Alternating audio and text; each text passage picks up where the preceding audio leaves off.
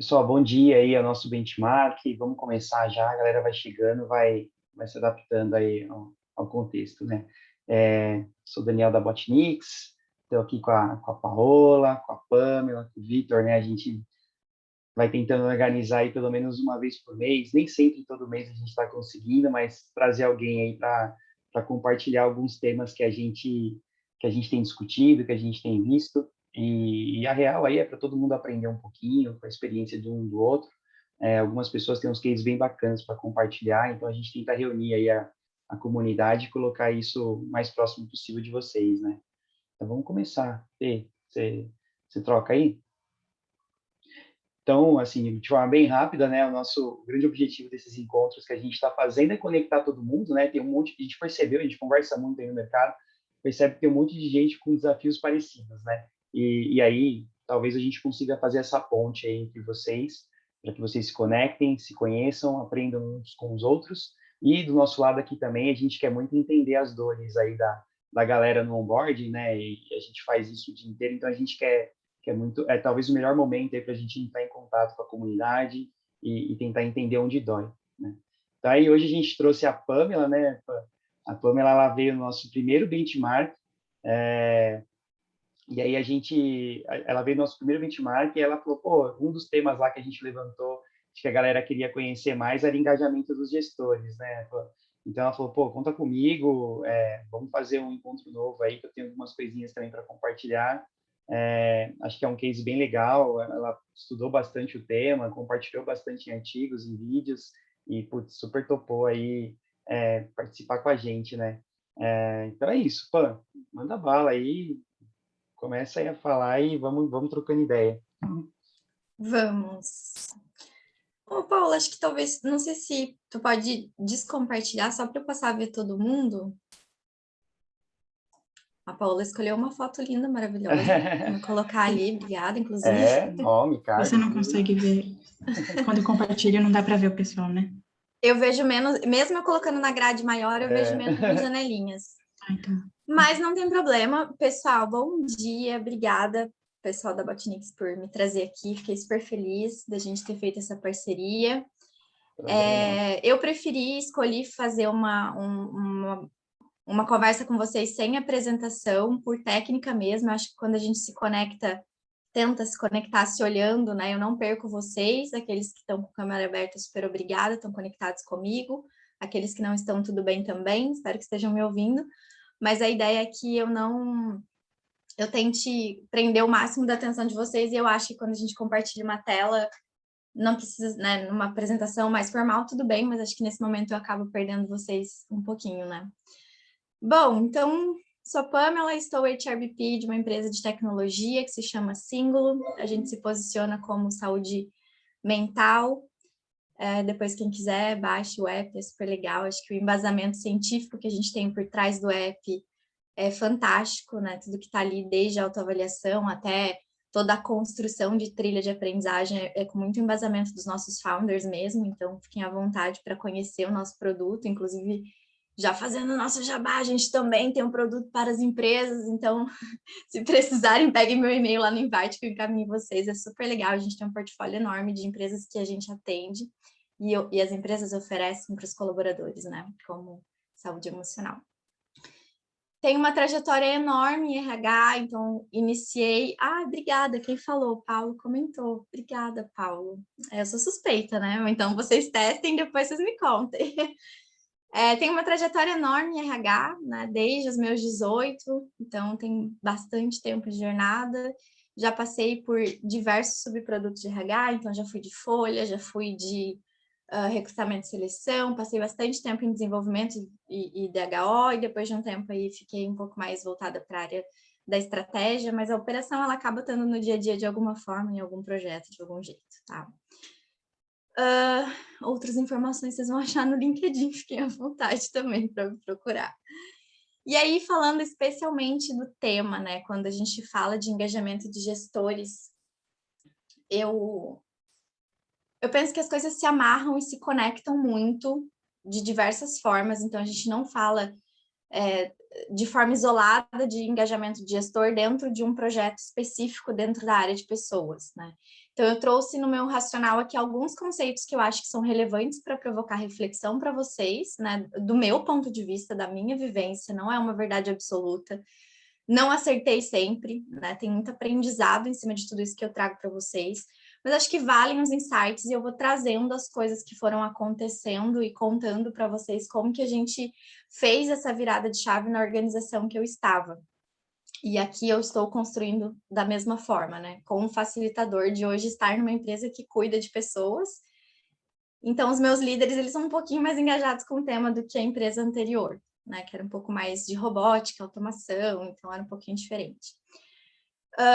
Primeiro passo é que as experiências se conectam. Então, desde o momento, e a gente falou um pouco sobre isso no último onboarding, né? No último bench de onboarding, mas tudo vai se conectar. Então, a forma como a gente se posiciona no mercado, trata os nossos colaboradores, os candidatos, como a gente dá retorno, como a gente é carinhoso, tudo se conecta.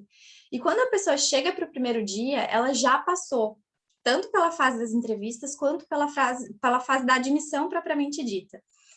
Então, você precisa se preocupar em criar um ciclo de experiência positivo desde o começo, para a experiência não se quebrar, o que é muito difícil. Porque às vezes a gente garante em fases do processo, em algum momento as coisas se quebram. E foi mais ou menos isso que eu identifiquei na outra organização, que é, bom, beleza, a gente prepara um super kit, a gente cuida bem das pessoas até chegar aqui. Quando as pessoas entram pós primeiro dia, as pessoas estão meio perdidas, né? Porque as pessoas entram, elas não sabem quem é o meu time direito, quem é o meu líder, que horas eu começo no segundo dia, quem que eu procuro. Então, cai no RH. Porque, lógico, a gente é a principal referência das organizações, das pessoas que estão chegando na organização, né? Então, a primeira coisa que a gente precisa pensar não é o processo isolado do gestor, mas como que as coisas estão se conectando e as pontas estão amarradas para não quebrar esse ciclo de experiência. A segunda coisa que eu trago para vocês, e depois eu posso passar os tópicos que eu criei no Racional aqui, tá? Não se preocupe. Que é quando eu vou pensar em reformular algo, primeiro eu tenho que viver aquilo. Então, sugiro que vocês passem pelo processo de onboarding como pessoas, já estou na organização, mas com um olhar crítico, né? E aí vocês precisam pensar, o que a pessoa precisa sair sabendo no primeiro dia? O que é informação de negócio? O que é informação de cultura? O que não precisa ser falado no primeiro dia? Porque a pessoa vai ter que repetir, sei lá, algum treinamento, alguma coisa, depois que ela não vai lembrar, ela não vai saber. E tá tudo bem, porque são muitas informações, né? Então, tenham isso em mente. Às vezes, um processo muito extenso de onboarding, ele é para inglês ver, né? Porque ele não vai trazer toda aquela efetividade que a gente acha que está fazendo. Segundo ponto aqui, o que eu preciso organizar e fazer para que a pessoa se sinta acolhida naquele primeiro dia? Sabe quando a gente vai na casa de alguém para dormir, algum parente, algum amigo, e a pessoa trocou o lençol da cama, a pessoa trocou a fronha, a pessoa preparou uma comida que você gosta, deixou... É isso. E experiência do colaborador nem sempre, às vezes, envolve grana. Se você não tem budget para fazer uma coisa muito grande, o que você pode fazer que seja um cartãozinho virtual personalizado? Você vai lá no Instagram da pessoa, veja o que ela gosta, dizer cachorro, gato, enfim, entenda como você pode personalizar essa experiência. Ah, mas aqui entra 20 pessoas por semana, não consigo. Alguma coisa você consegue fazer. Alguma coisinha você consegue fazer se você não tem grana. Aí tem os famosos kits de onboarding, né? A gente até falou disso semana passada, que tá maçante, né? Tá maçante, mas é legal receber, gente. É legal você conseguir receber alguma coisinha no primeiro dia. Se a sua empresa pode mandar, tudo bem. Aproveita esse momento, já pede para fazer um employer branding aí, coloca um cartãozinho com uma hashtag legal e tal, e pede para a pessoa usar. Então, essas duas coisas são importantes. O que a pessoa não pode deixar de saber, o que eu posso dar o F5 e tirar ali daquele primeiro dia, e o que eu posso fazer como RH para que as pessoas se sintam acolhidas. Estou cuidando com o tempo aqui, tá? Senso de dono. O que o RH, o que eu percebo muito da nossa fala enquanto RH. E eu não quero ser pejorativa aqui, porque eu também já me posicionei dessa forma. Mas a gente não terceiriza a culpa do insucesso dos nossos projetos. Se o projeto de RH, como o engajamento da liderança dentro do onboarding, fazer com que eles percebam que é importante o papel deles dentro dessa fase, a gente não terceiriza a culpa. Ah, mas o meu líder X, o meu líder Y, o meu líder Z, a gente sabe que tem esse tipo de líder. A gente sabe que os gestores são difíceis. A gente sabe que a gente não tem tempo para pegar na mão. Mas eu não terceirizo a culpa do meu insucesso de projeto. Então, se eu sou a dona do projeto, o que eu preciso fazer diferente para que esse projeto vire? Porque é o meu projeto. E eu não posso terceirizar a culpa do insucesso dele, né? Envolve muitas pessoas? Envolve. Então, o que eu não observei antes de vender o projeto? O que eu não estou observando enquanto eu estou executando o projeto? Porque terceirizar a culpa nos passa olhando para cima, e quando você olha para um lado mais estratégico, quando você responde para níveis mais altos da organização, passa uma sensação de imaturidade, de cara, é meu, o projeto é meu, eu vou ter que fazer isso aqui virar. E se não tá virando, pode ser que tenha algumas coisas que não estão na sua mão. E tudo bem. Às vezes é a cultura da organização, às vezes é budget, alguma coisa tem que não está diretamente ligada ao projeto. Então a gente tem que tratar a causa primeiro. Então a gente olha para a causa e entende por que aquilo não está funcionando. Tendo clareza do problema, então vamos lá, o meu onboarding ele não está funcionando, o meu líder não está engajando. Você vai para a causa do problema. O que está acontecendo? Que diagnóstico eu tenho que fazer ali? Gente, podem me interromper, tá? Se vocês tiverem dúvida ou quiserem contribuir com alguma coisa, que eu vou sair falando aqui, mas podem me interromper. Então, tendo clareza do problema, então, o que exatamente trava o líder não engajar, ou o líder não aparecer, ou o líder não achar que isso é importante? Quando você, como RH, tem clareza do que está travando o problema, você consegue, de novo, atuar na causa. E aí tem uma coisa que a gente usa em gestão de projetos, que são 5 porquês, né? Então, quando a gente acha um problema, a gente fala, por quê? Aí tu esmil, por quê? Por quê? Por quê? Então, quanto mais você se perguntar porquês daquele problema, você consegue entrar mais na causa e sair da superficialidade. A gente tende a trabalhar com inferência. Ah, eu acho que é porque o líder não liga, eu acho que é por causa disso, eu acho que é por causa daquilo. Então, tentem profissionalizar isso, entender um pouco mais da causa. E aí, tratar a causa. Sabemos que tem tipos de líderes. Os líderes que são super engajados com temas de RH, e esses são lindos, maravilhosos, a gente adora trabalhar com esse tipo de líder. Os líderes que não estão nem engajados nem desengajados, faz ali o arroz com feijão, e aqueles que não estão nem aí, que não fazem, que não gostam, ou que fazem mal feito porque o RH mandou. E esses eu acho que são os mais difíceis, né? Como é que a gente vira essa chavinha da importância deles no papel da organização, né? Do onboarding, como líder, mas ali, vamos falar, especialmente dessa etapa. E aí eu já tive a felicidade de trabalhar com todos esses tipos, e tem algumas coisas que podem nos ajudar, principalmente com aqueles que não geram valor para o nosso processo, que ainda são detratores, né? Porque daí, às vezes, dentro de um ciclo de liderança, fala de projeto de RH, aí já vem aquele líder e fala, ai meu Deus, lá vem o RH, com mais um projeto, com mais um negócio, mais não sei o quê. Ainda tem um líder que é detrator daquilo que você faz, assim, né? Que é super difícil de lidar. Tem algumas coisas que a gente pode fazer enquanto RH, gestão de pessoas, chamem, né, como vocês preferirem na área de vocês, que parte da gente, que é, primeiro, a proposta de valor. Então, como que o líder entende a proposta de valor daquilo que a gente entregando, espera dele. E nós temos no CNPJ, a gente precisa entender a proposta de valor do nosso trabalho, daquilo que a gente faz, daquilo que a gente entrega, e não é diferente com eles. Então, como que a gente tem vendido a proposta de valor de engajamento deles nesse processo? Será que eles entendem a importância deles ou será que eles acham que é só mais uma etapa? Então, como é que a gente encanta eles para que eles se sintam parte importantes daquilo ali? Deixa eu ver aqui, minha colinha. Falar a língua do público. Isso é muito importante. Na empresa anterior, como eu contei para vocês, eu cuidava de 40 gestores, mais ou menos. Acho que, sei lá, 45 eram engenheiros, assim, todo mundo era super analítico, meu público era muito pragmático, muito analítico, e a gente, como RH, tende a falar mais, tende a trazer mais contexto, tende a E aí não estou generalizando, né, gente? Acho que não quero colocar um estereótipo aqui no na nossa própria comunidade. Mas a gente gosta mais de ser sinestésico, de falar, de contar, né? Enfim, somos assim. A nossa natureza de estudo de humanas é um pouco mais assim. E os meus líderes eram muito diretos, muito práticos. E eu entendi isso muito rápido. Então, eu passei a falar a língua deles. Então, eu ia para as reuniões para vender projeto, um slide com todos os tópicos e trazendo muito dado. Então, eu não conseguia vender projeto de RH se eu não embasasse em números para o negócio. Entendam qual é a linguagem dos líderes que vocês atendem. Porque se vocês forem só pela linguagem do amor, que é a nossa, assim, né? Porque é legal, porque as pessoas se sentem acolhidas, não sei o quê.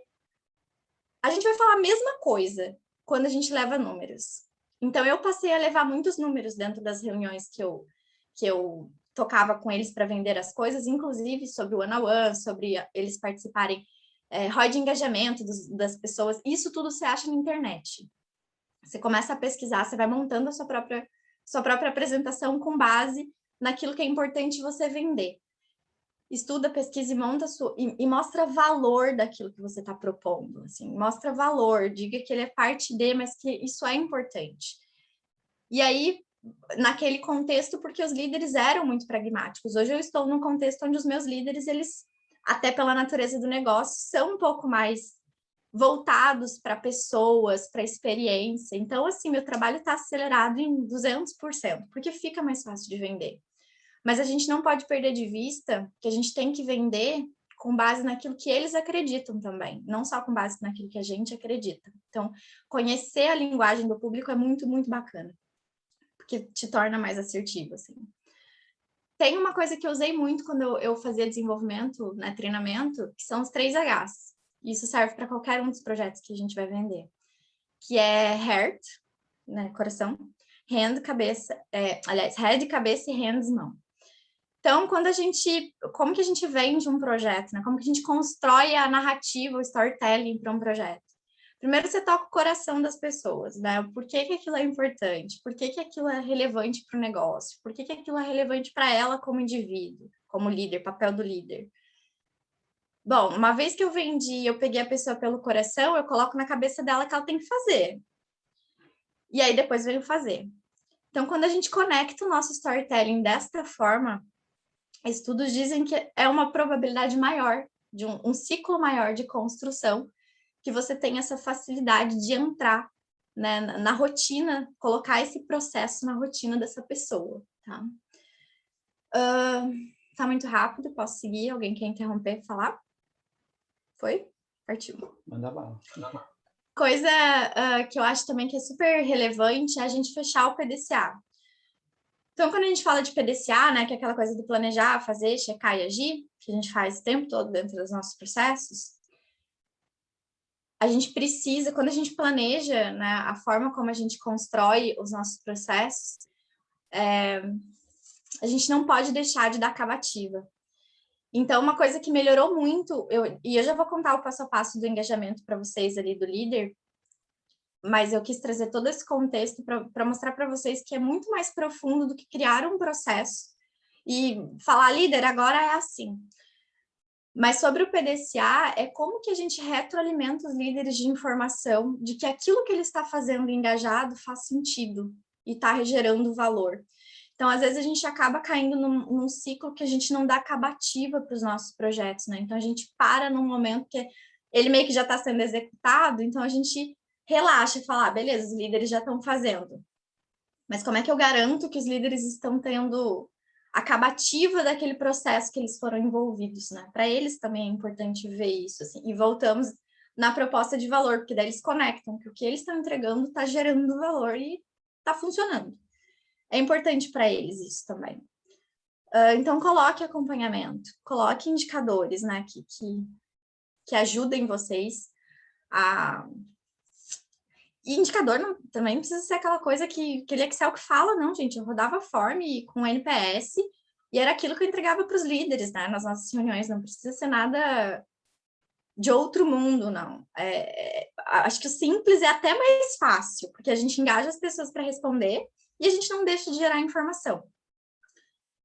Importante também, quando a gente cria formulários, a gente faça alguma coisa com isso, né? Porque pedir dado para não gerar informação também não gera valor para o nosso papel de RH.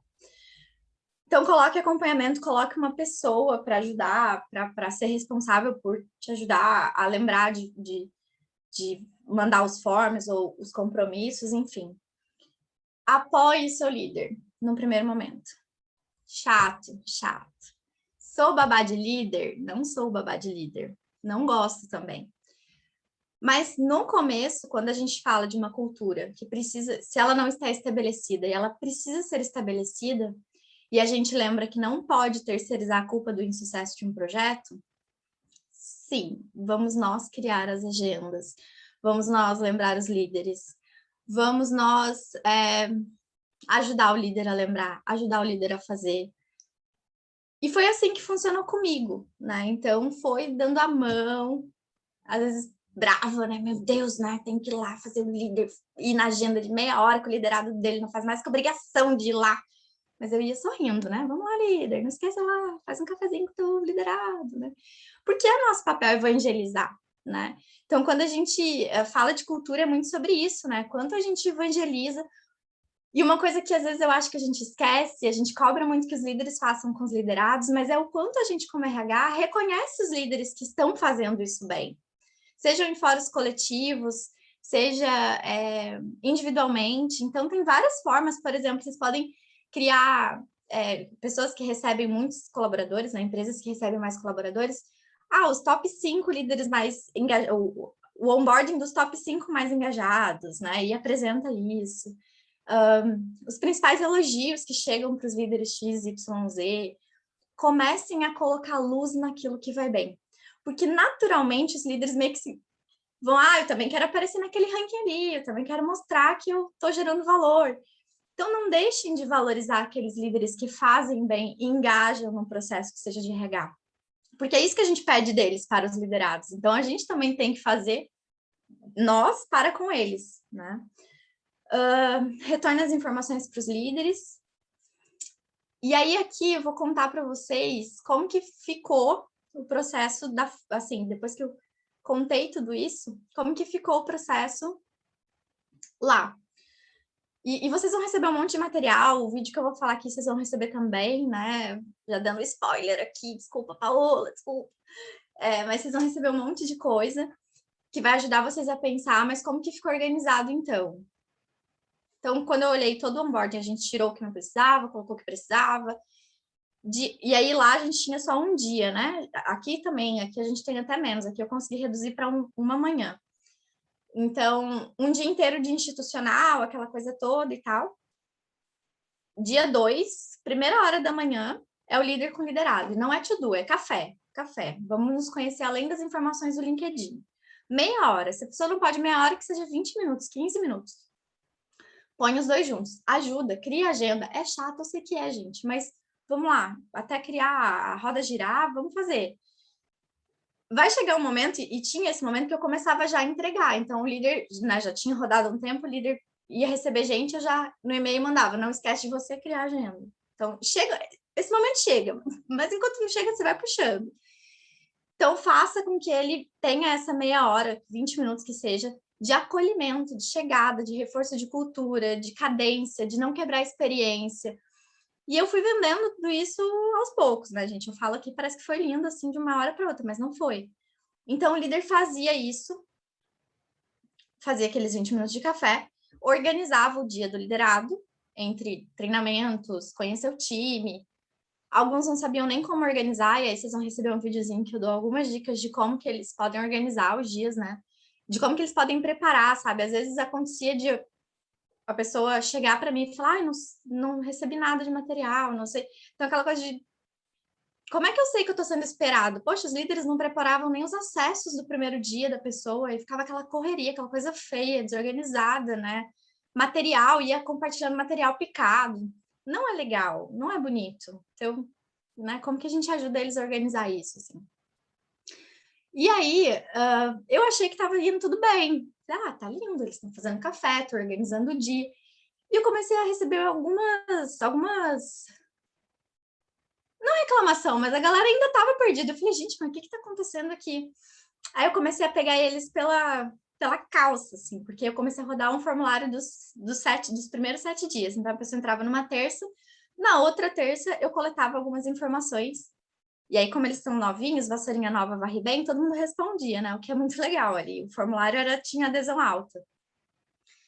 E eu comecei a ver que os líderes, não, eles me enganavam, ou eles delegavam aquela conversa de 20 minutos para alguém, ou eles não apareciam, ou eles desmarcavam, ou não era no primeiro dia. Mas eu só fui fazer isso como? Checando, medindo, pedindo para o novo colaborador responder o formulário. Aí eu peguei, tá, então, e para mim eu achava que estava tudo bem. Comecei a pegar eles pela calça e comecei a devolver a feiura. Então, todos os fóruns que eu tinha com eles, eu tentava levar os indicadores da semana e eles começaram a perceber, aqueles que faziam, né, naquele perfil que vou fazer porque o RH mandou, ou não vou fazer porque eu não sou desse papel, começaram a ser um pouco mais expostos, real, assim, né? Então, ou alguns casos eu tive que fazer conversas de individuais pesadas, outros a gente levou ali, né, para discussão, e eles começaram a ser expostos, e eles começaram a perceber que aquilo precisava ser feito, que aquilo era parte do job deles. E começou a melhorar, começou a melhorar, começou a melhorar. Por isso que eu falo para vocês que é formiguinha, que é devolver, que é medir, é exaustivo, é pegar na mão, é voltar, é medir de novo, é voltar. Então, aí a gente fez esse formulário de primeiros 7 dias, onde a gente conseguia retroalimentar os líderes com informações, entender a percepção das pessoas, né, naquela primeira semana, mas passou a não ser suficiente. Então, a gente fez um form de 30 dias, porque eu queria entender como é que estava o engajamento daquele liderado com aquele líder depois que passa a fase da paixão ali, né? Se bem que 30 dias ainda é paixão, mas os primeiros 7 é muito mais, você está chegando, é tudo novo, você tem um monte de coisa para conhecer. Então tá, depois de 30 dias, qual que era o termômetro de felicidade e engajamento desse novo colaborador? E aí eu comecei também, de novo, a retroalimentar os líderes de que algumas coisas se perdiam, algumas coisas não estavam legais, como é que a gente fazia diferente. Então, esse processo, ele nunca para. Então, ele nunca para. Ele tem que ser uma organização, essa é uma disciplina que eu só me organizo por agenda, né? Então, sempre que entra gente, eu me coloco, já a pessoa entrou no dia X, eu já coloco no meu coisa ali, né? Forme mais 7, dê mais 7 para uma pessoa, dê mais 29 para outra pessoa. Então, é uma coisa que a gente tem que se organizar, e eu sei que é um papel operacional muito grande, mas é um papel operacional que te gera valor como profissional de RH, assim, as pessoas começam a ver que você acompanha, que você retroalimenta, que você traz informação, que você traz feedback, que você valoriza, enfim. Então, também te leva como profissional de RH para um patamar de que, pô, ela não é só porque o RH mandou, é acompanhado, é gerido, a gente volta no problema, a gente retoma, arruma, ajusta. Então, isso traz credibilidade para o processo também como um todo, né? Então, tem vídeo para o líder, né, de o que o líder pode fazer nesse primeiro dia, como ele se organiza. Foi a forma que eu encontrei, porque eu tinha muitos líderes, então a cada admissão eu mandava, se eles recebiam 50 pessoas, eles iam receber 50 vezes aquele vídeo, e eu tava nem aí, mandava de novo, mandava de novo, mandava de novo. Tem você acompanhar, enquanto papel de RH, o quanto você está próximo das pessoas, dos seus líderes, de gerar credibilidade e evangelizar, gente. Evangelizar. Se você acredita que aquilo precisa acontecer e é importante, o que você precisa fazer para que você não caia na síndrome do príncipe e da princesa presa na torre, né? Fiz tudo, aconteceu tudo, ninguém me viu, meu projeto era lindo, ninguém aconteceu, ficou aqui. Não, desce da torre, vai lá fazer o teu projeto acontecer e não terceiriza a culpa. Claro que, como eu falei, tem coisas que realmente não dependem da gente. Não são momentos da organização, os momentos da organização, enfim, tem N coisas. Mas enquanto depender de ti, né, da tua área, o que a gente então pode fazer enquanto profissional para fazer aquilo virar e acontecer? Passei pelos principais pontos, vamos abrir para as perguntas, dúvidas, anseios, colaborações. Fiquem à vontade. Que aula, hein? E aí, pessoal, o que vocês acham do tema na empresa de vocês? Assim, a gente teve uma preocupação dessa vez a deixar bastante tempo para a gente discutir todo mundo, né? Da primeira vez que a gente falou muito, acho que falou até por bastante tempo, sobrou pouco tempo para a gente discutir entre todo mundo, né? Então, dessa vez, a gente separou para que vocês também pudessem expor alguma coisa, um caso de vocês, ou uma dúvida, todo mundo chegar em soluções juntos, né? Se alguém quiser mandar pelo chat, não quiser falar, não quiser entrar, não tem problema também. Luciana, acho que abriu a mãozinha, Sim, levantou a posso mãozinha. falar? Oi, Lu. Desculpa que sem vídeo, tá? Manda bala. Bom, achei muito bacana alguns insights aí. É só para contar um pouco da experiência que a gente teve aqui, porque a gente prepara com muito carinho esse onboarding e tem essa questão do engajamento dos líderes. Então, com o trabalho de construção de valor, sim, mas tem algumas coisas que a gente faz aqui. Então, um alinhamento entre DP, RH, em relação à documentação, a mandar o convitinho para o colaborador referente à integração, então ele recebe ali aquele convite. Tem sim os kits de boas-vindas, mas tem a parte de organização com os líderes aqui. A gente não faz só com o líder, mas a gente faz numa estrutura daquilo que é importante ele saber. Então, quais são os CRs que a gente sempre chama os setores aqui de centros de resultados que ele precisa passar e conhecer. Então, a gente faz toda uma pauta de integração, de alinhamento de horários, de agenda. Fazemos no NPS após o encerramento, né? E aí, essa segunda fase que você colocou aí, que eu achei interessante, que eu vou já instituir aqui, é o NPS dos 7 dias e dos 45 dias. Porque a hora que tem a avaliação da experiência, a gente tem o formulário da avaliação da experiência, já está estruturado o feedback do líder com o seu liderado. Nós temos os workflows aqui, com 12 dias que vai vencer o primeiro período de experiência, o segundo de experiência, vem o workflow, eu encaminho para todos os líderes, reencaminhando os formulários, para que ele faça esse momento de feedback, para poder acompanhar, dar esse direcionamento. Mas eu achei bacana isso aqui que você colocou, com os forms de 7 e 30 dias. Né? No meu caso, eu vou fazer de 7 e 45 dias. Porque eu tenho um NPS da integração, meu NPS bate 90%. Então, o processo da integração está legal. O que não está legal é o depois, em alguns setores principalmente, que a gente percebe em função do engajamento, do perfil do líder. Enfim, são várias condições, né, que impactam aí. E essa pesquisa é muito bacana, porque é você, RH, com o liderado. E a partir do momento que você tem esse retorno do liderado, não fica na sua percepção e não fica naquela situação de que o líder acha que está fazendo dele bem feito. Né? E essa geração de valor para as questões do RH, nas atuais demandas que a gente tem de inovações e, enfim, a gente acaba sendo um pouco valorizado nessa questão da gestão, da emancipação das pessoas como corresponsáveis. Todo mundo quer isso, mas ninguém quer. Tá fácil trabalhar nisso, né? Exatamente. E aí é a queixa constante de todos os líderes, como fazer a gestão de pessoas, como emancipar, como engajar e tudo mais.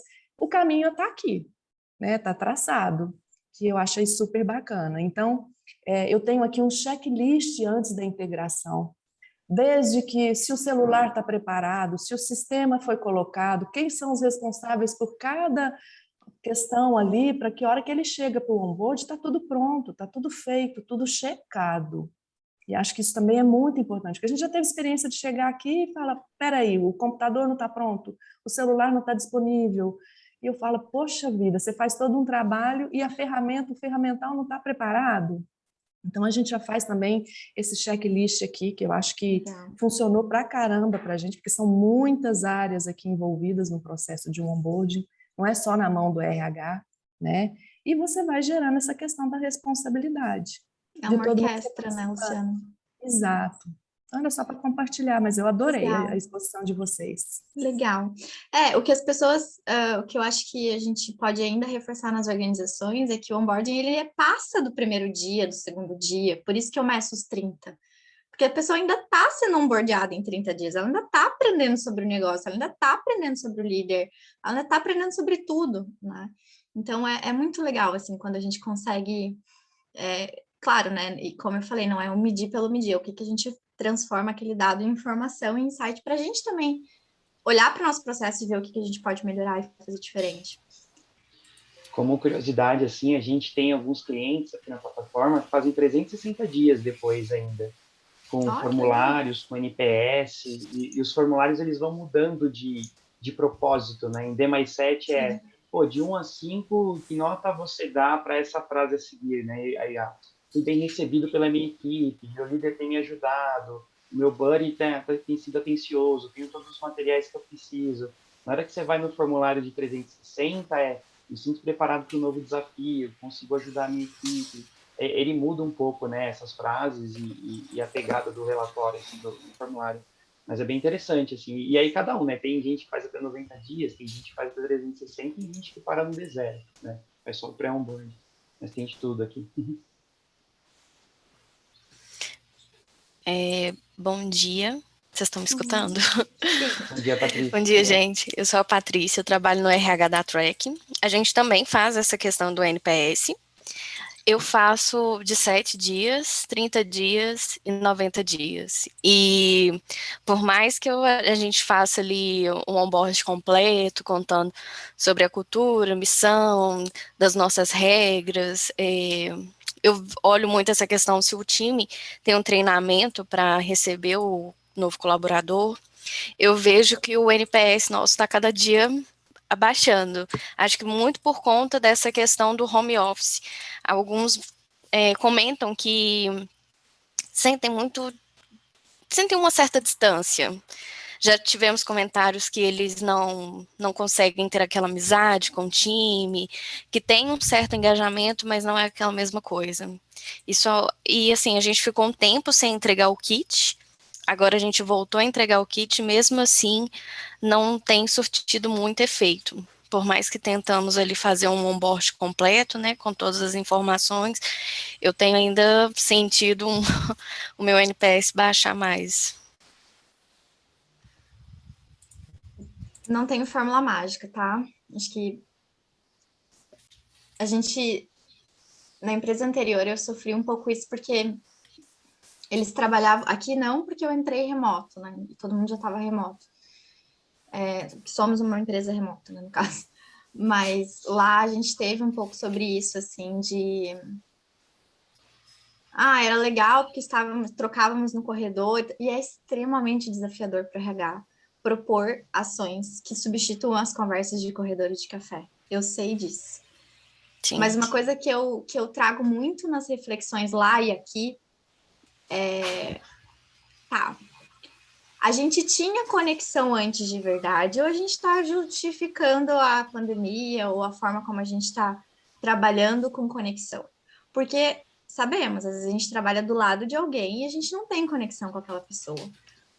Eu tento evangelizar que a conexão não está na tela, né? Porque se eu estou com o meu líder está para mim naquela meia hora, uma hora que a gente fala, a gente interage, a gente tem conexão afetiva. Se ele está comigo, ele está comigo, na tela, fora da tela, porque é sobre isso.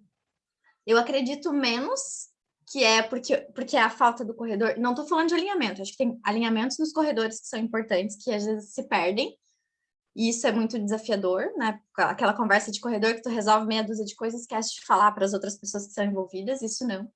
Mas do ponto de vista de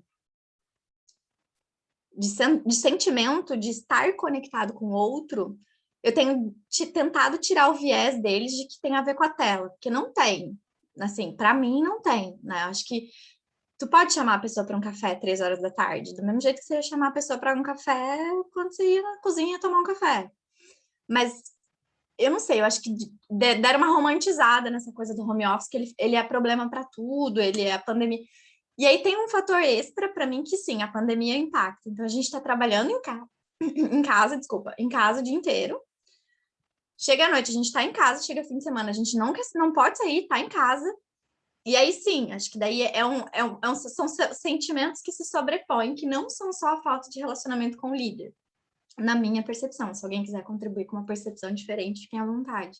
mas eu tenho tentado tirar um pouco deles essa coisa de ficar justificando que o home office é problema, sabe?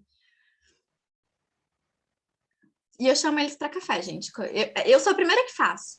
Então, assim, eu viro e mexo e chamo a galera pro café online.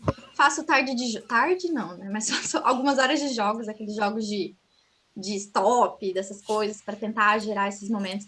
Eu rodei um censo aqui que foi muito legal. Ai, já tô saindo do tema, né? Foi mal, Dani.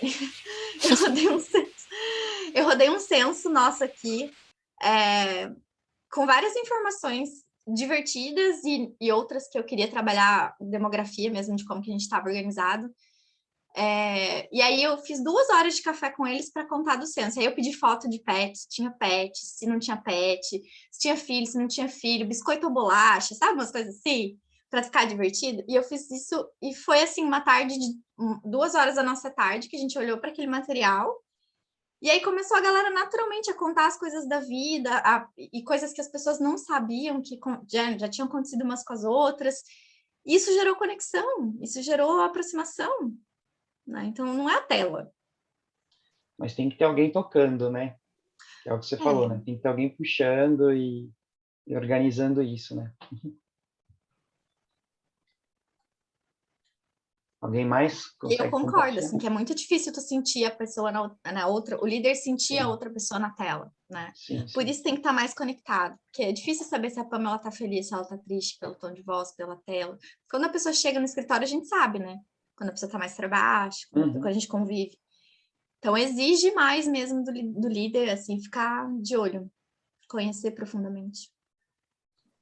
A gente aqui é full remoto, mas eu ainda confesso que eu tenho sentimentos conflitantes aí do que eu acho que funciona melhor, assim, né? Converso muito com a Não Fê, substitui, né? Lógico. Abraçar a pessoa de manhã no trabalho, te dar um bom dia caloroso. Ainda mais eu que sou mineira, gente, que sou sinestésica, que gosta de abraçar, que gosta de... Mas a gente precisa se adaptar, né? Oi, Nath, levantou a mão? Natália Pereira? Isso mesmo. Bem-vinda. Obrigada. Pensando no que a Pamela falou sobre a dificuldade, até para esses líderes montarem agenda e tudo mais, o que nós fizemos, o que temos aqui na OLX Brasil, nós contamos e delegamos essa responsabilidade para o aqui chamamos de Yoda, né? Mas seria o padrinho da pessoa. Uhum. Então, o que acontece? Quando o gestor abre a vaga, ele obrigatoriamente, lá no sistema, no formulário, ele já tem que indicar quem será o Yoda dessa pessoa. Quando a vaga fecha, eu sou responsável pelo onboarding aqui. Então, nós já recebemos um e-mail com a informação de quem será o Yoda. É que tem um período, né? As vagas elas podem fechar com no mínimo 10 dias antes da pessoa entrar. Nós já enviamos um e-mail para o Yoda com um e-mail. Você foi escolhido como Yoda, tem um textinho bonitinho, tem um vídeo, foi isso que a Pamela disse, né? Com orientações de como ele deve receber essa pessoa. Ele já recebe o e-mail corporativo, o e-mail pessoal e o celular. E a ideia é que um dia antes o Yoda já mande ali um WhatsApp para a pessoa. Estamos te esperando, tudo mais. Ele já sabe que no primeiro dia da pessoa ela passará amanhã no onboarding e ele já tem a responsabilidade de às 14 horas já enviar ali, ter uma agenda com essa pessoa para receber. E o Yoda que faz o agendamento dele para ele conhecer a equipe, um bate-papo com o gestor, e dependendo da posição, quando a pessoa chega, o Yoda já agendou ali uma reunião de onboarding, né, com todas as pessoas ou áreas que ele fará a interface. Então, quando a pessoa chega no primeiro dia, que ela entra no e-mail, já tem toda a agenda dela pronta, da semana e dos próximos dias, e o Yoda é responsável por acompanhar ali a pessoa por 3 meses. A gente tentou fazer com o gestor aqui, mas mesmo com muito acompanhamento, não dava. E sabemos que tem algumas equipes grandes. Então, já que o gestor não conseguia sempre, né? A gente, a semana estava cheia, não consegui, falei com a pessoa X. Pense que a responsabilidade ainda é dele, ele escolhe quem será a melhor pessoa da equipe para fazer este acompanhamento. E aí, meio que resolveu o nosso problema, né? E as agendas assim correm muito bem. Isso já funciona aqui já há um ano, mais ou menos, e deu super certo. Então, é uma sugestão, que dependendo do tamanho da equipe, ou às vezes o gestor ele dá uma contornada, né? Finge que está dando aquela atenção só para RH não pegar no pé, mas Sim. aí com o Yoda tem uma qualidade melhor.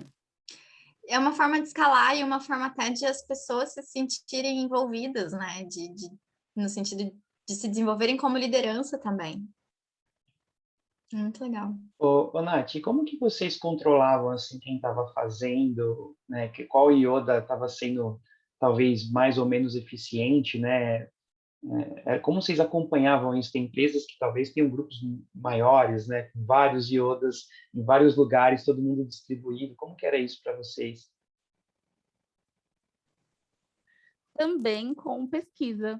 Após o onboarding, nós fazemos uma pesquisa, assim como a Pamela, a gente utilizava o Forms, utilizamos o Forms mesmo, e a pessoa tem ali vários pontos que ela colocava. Um ponto bacana também, complementando, é que o Yoda, ele não tem um grupo específico de Yodas. Então, é alguém que acompanhará, que o gestor ele escolhe, inclusive, por demanda. Então, não é que o Daniel sempre será o Yoda. O Daniel está com uma demanda menor, então eu vou escolher um outro engenheiro de software para acompanhar essa pessoa. E os próprios Yodas ou as equipes, elas já se organizaram para deixar assim o máximo de conteúdo organizado possível, para que a pessoa entre e saiba onde encontrar a informação. E nós também, como time de universidade IDEO, a gente utiliza muito o Workplace. E aí, lá no Workplace, a gente criou Biblioteca do Conhecimento, tem uma seção só de onboarding. Essa pessoa ela consegue entrar e tem várias informações. A gente ensina também essa pessoa, pensando na parte institucional, como ela vai buscar informação dentro da nossa plataforma, e aí pensando nos núcleos específicos da equipe, acontece dessa forma, né? O pessoal já está meio que acostumado a receber, já separa o material, vai fazendo isso, a nossa próxima reunião, e aí facilita muito. Legal, obrigado, Nath. Galera, acho que está meio que acabando aí nosso tempo também, né? A gente sempre, quando começa a terminar, a gente quer fazer uma pesquisa do que vocês querem ver a seguir, né? Então, a gente conheceu a Pamela, e a Pamela, inclusive, se disponibilizou para esse próximo papo a partir de perguntas como essa, lá no nosso primeiro benchmark, né? O que vocês acham, assim, gente, da gente fazer um Mentimeter aqui, a gente vota, e a gente pensa em trazer alguém, fazer alguma coisa, né? Está com o Mentimeter fácil aí? Coloca na apresentação que a gente vota e aí a gente vai tentando entender o que vocês querem ver, né? O que a comunidade quer entender melhor e bater esses próximos papos. Se vocês puderem ler o QR Code e vota, a gente já compartilha e já pensa no próximo momento. Se alguém já até quiser já se disponibilizar, compartilhar com todo mundo para a próxima, já avisa a gente já começa a trabalhar nisso.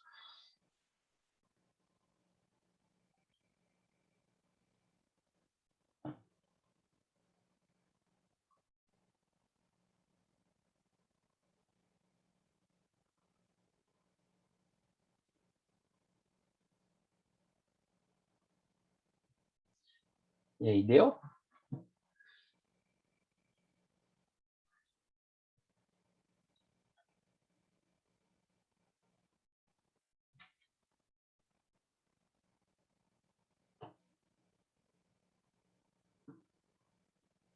Boa, valeu. Acho que já dá para ver os resultados já. Se quiser, a gente já entende um pouco melhor. Ajudou, gente? Vocês sentiram que o que foi hoje também agregou para o trabalho de vocês? Enfim, valeu a pena? A gente tem uns materiais aí que a gente vai compartilhar também. Podem ser sinceros, tá, gente? Não, a gente está aqui Se for para... mais do mesmo, já avisa o Daniel que daí ele já não me chama mais para nada. Não, a gente chama, continua chamando e melhorando, pô. Boa, que bom. A ideia é isso, assim, né? A gente também, ninguém aqui é profissional de comunidades, de lives, né? A gente põe todo mundo na sala e vai se conversando, né? Vamos mandar sim, Elaine, a gente manda os materiais por e-mail. A gente tem também, experiência do colaborador, comunicação assertiva, People Analytics. People Analytics a gente consegue brincar com bastante coisa também, hein? A gente aqui consegue contribuir também vamos ficar de olho nessas coisas aí, a gente pensa em atuar, enfim, se alguém que estiver aqui na nossa chamada, aqui na nossa comunidade, quiser contribuir sobre a experiência do colaborador, ó, talvez seja o mais votado aí para a próxima, né? Já podem chama a P, chama eu, né? Nossos e-mails estão aí, nos e-mails que vocês vão receber da Paola também, podem responder. A gente está trazendo gente, colocando na mesa, né? Pessoal, gente boa, igual a Pamela também, que já se dispôs logo de primeira, né? Obrigado, Pamela, por isso também. Imagina. Tá?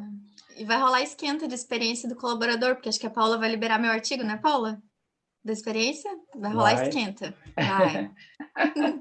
É isso, assim, né? Então, vocês vão receber todos os materiais, né? A Pamela fez um monte de coisa, vídeo, artigo, e a gente também trabalhou um pouco em cima desses aprendizados com ela. Então, vocês vão receber isso. A gente tem um NPS. Ô, Pê, você tem o formulário do NPS fácil aí no QR Code? Já vamos mandar para a galera. Tudo que a gente faz aqui, igual a gente tem pregado aqui na chamada o tempo todo, né? Mas tudo é NPS, tudo é feedback. Falem para a gente o que vocês pensam, a gente mensurar isso de alguma forma, e aí os próximos a gente vai sempre melhorando, né? O aprendizado da última para essa foi que a gente deveria colocar mais tempo para todo mundo discutir, levantar seus casos. Acho que a gente teve esse tempo, foi bacana. Vamos ver como que a gente vai deixando cada vez mais legal, né? Então, ó, a gente tem um QR Code aqui que é um brinde, você vai cair no formulário do Google, né? E aí na mensagem de agradecimento ali vai ter os brindes, tal, mas depois a P vai mandar para vocês também por e-mail, não se preocupem. Acho que aqui a ideia é mais o NPS mesmo, que para a gente é muito importante, né? Obrigado, Kátia. Até mais, tá? Deixar um minutinho aí para vocês lerem e responderem, mas depois todo mundo vai receber. A gente está gravando essa chamada, tá? A gente vai subir lá no YouTube da Botmix, vocês conseguem ver a hora que vocês quiserem, tudo que foi falado aqui, todas as dicas, no tempo de vocês, pausando o vídeo, vai estar para todo mundo. Se vocês conhecem alguém que não conseguiu entrar, porque tinha reunião, né, quinta-feira, 9 horas, o pessoal já está começando a fazer as reuniões, só mandar o link lá também, vai estar aberto para todo mundo, tá? Para qualquer um que queira absorver esse conhecimento, esse conteúdo. Acho que é isso, né?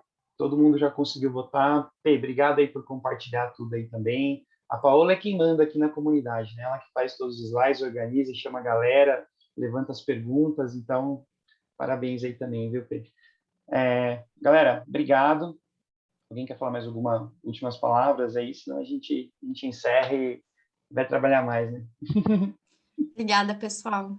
Obrigado, viu? Obrigado, Pamela. Valeu. Até a Imagina. próxima. Vamos conversando.